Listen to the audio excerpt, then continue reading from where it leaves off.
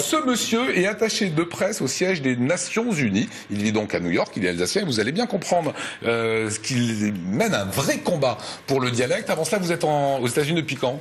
Oui, j'ai commencé aux Nations Unies le 11 septembre 2001 en tant qu'attaché de presse francophone des Nations Unies. Donc... Alors, on n'a pas résisté évidemment à vous repasser en images ces Twins.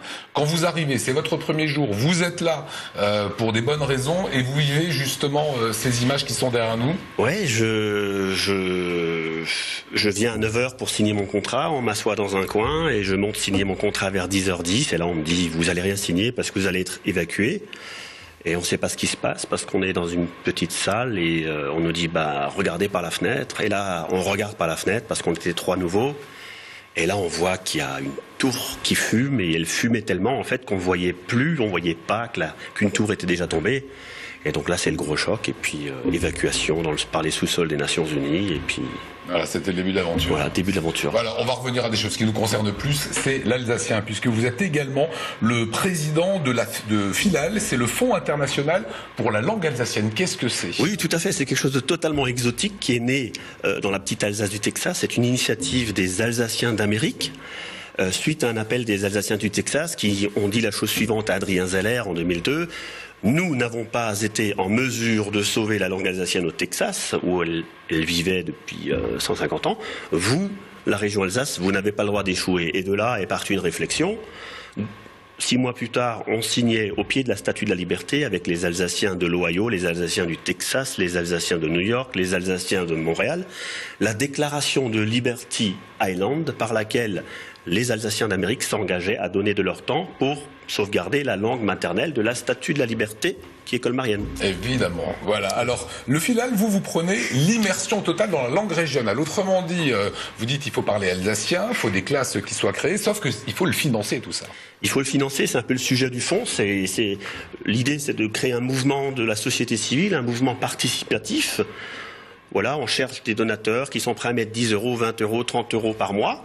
Donc on n'invente rien. Le fonds breton, qui est un fonds similaire, qui a été créé il y a 20 ans, récolte aujourd'hui 300 000 € par an pour soutenir l'enseignement immersif en breton. Et donc l'idée, c'est de développer cet enseignement immersif qui n'existe pas encore en Alsace. Et ne nous cachons pas, arrêtons la politique de l'autruche, nous ne sauverons pas le dialecte sans un enseignement immersif en dialecte, parce qu'aucun territoire dans le monde n'a pu sauver sa langue minoritaire sans un enseignement complet.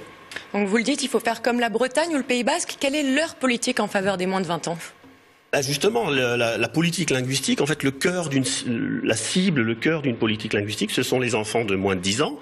Et dans cette cible des moins de 10 ans, le plus important, c'est les enfants de moins de 5 ans. Et c'est comme ça que les Bretons et les Basques, les Catalans et les Occitans ont développé les premières maternelles en immersion complète en langue régionale il y a déjà 40 ans. C'est pas en allemand, c'est pas ABCM, c'est en alsacien. Non, c'est en dialecte, c'est en dialecte. C'est en dialecte parce que on a des classes bilingues aujourd'hui qui fonctionnent depuis 20 ans, mais l'expérience nous montre que 20 ans de fonctionnement de classes bilingues français-allemand, c'est ce qui se fait de mieux en matière d'éducation.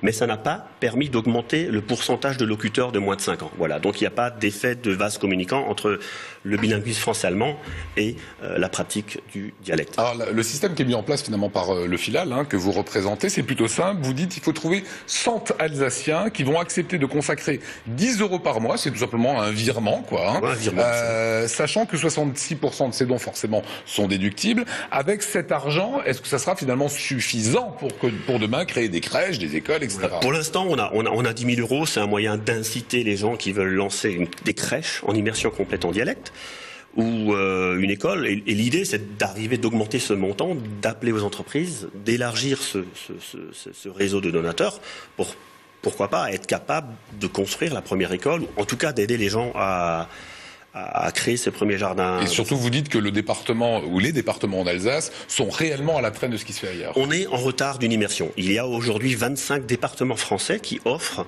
un enseignement immersif en langue maternelle, en maternelle, en langue régionale. Donc 25 départements, c'est quand même plus d'un département sur 4 en France. 10 000 enfants sont actuellement en primaire en France dans le secteur immersif en langue régionale.